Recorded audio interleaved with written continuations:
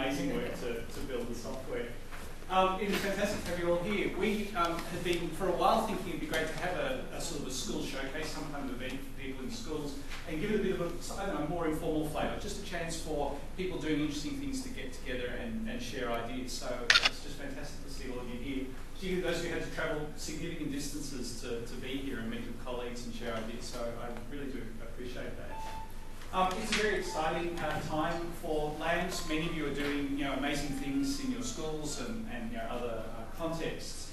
And so often when we get people together, everyone just says, oh, it was great to hear so-and-so doing this because we've never tried that before, and boy, now I'm inspired to go back and try that at my school. So I hope you'll learn interesting things from each other as we go along today, and that this sort of events we can facilitate from time to time when it's useful. Most of you will probably know we've just released a new version of LAMS a couple of weeks ago, LAMS 2.3, and it's got lots of amazing features in it. It also has lots of improvements in terms of scalability, so you can run thousands of students on LAMS now on fairly modest hardware. So that's going to be something useful for the future, particularly as we see more take-up. So I don't want to say too much now. I'm going to say a little bit later on in the day and give you a bit more, but it's just fantastic to have you all on. Thank you for coming. I should also say that Sue Carter from the Northern Territory was going to join us originally, but unfortunately couldn't make it. So I'm going to do my best at proxying for Sue. I've had a chance to go up to the Northern Territory and see some of what they've been doing with LAMS and talk with them on and off over time about both the exciting stuff, but also some of the technical challenges they've had of getting it to work in their context. So when we get to Sue's spot, I'll come back, and if you forgive me, I'll sort of channel Sue as best I can for you. All right, without further ado, pass to Leanne Cameron, my co-conspirator in all things LAMS. So the education people are reliant on those IT people to do changes and updates and so on. And in theory, that can work very well if you've got some very efficient IT guys who do everything. In practice, in the last year or two, with the sort of Web 2 avalanche hitting, I've seen the number of IT outsource providers just not coping too well with all the innovative needs that are coming up in education and for that matter elsewhere. And so Web 2 tools, LAMS, lots of things are all starting to hit some barriers, not because of the tools themselves. It's not a LAMS issue, it's not a wiki issue. It's more and more teachers want to do innovative things, which means their IT outsource providers need to be more and more agile in their ability to help, and that's starting to be more of a problem. So that's been the challenge where that might be relevant. The last thing I'd say is that I know many of you have struggles and challenges with your senior IT people, where does LAMS fit, or how do you get it integrated, or how do you get the level of support you want, and so on, particularly in the bigger systems.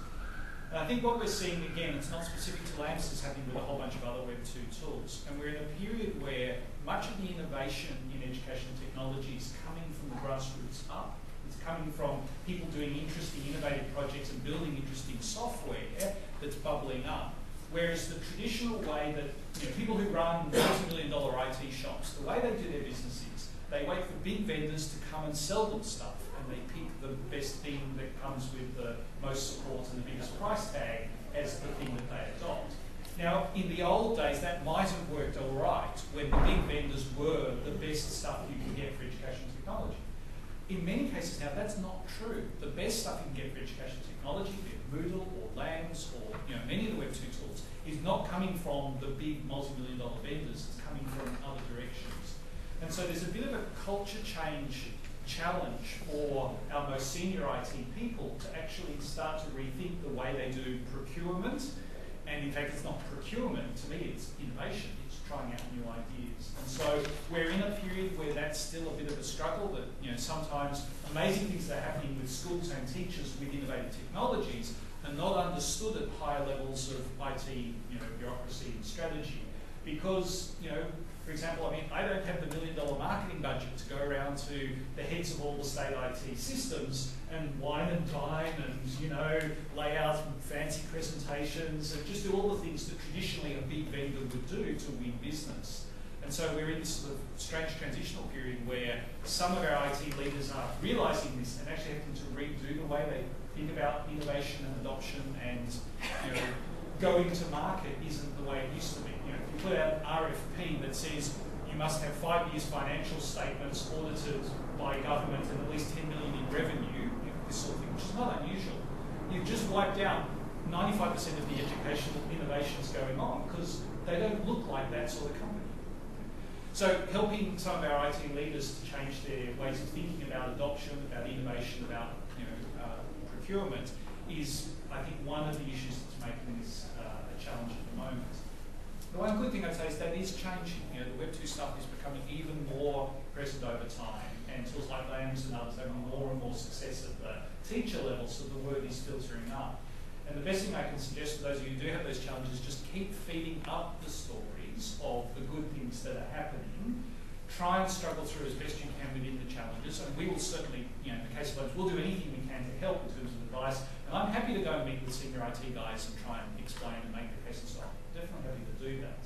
But I think if you can just be aware that there's a kind of, there's a sea change going on in the way that good IT happens for education, and that, if you spent your life engaging with vendors in a certain way and that always worked for 20 years, and then suddenly that all started to get more complex, that just will take a little while to adjust to.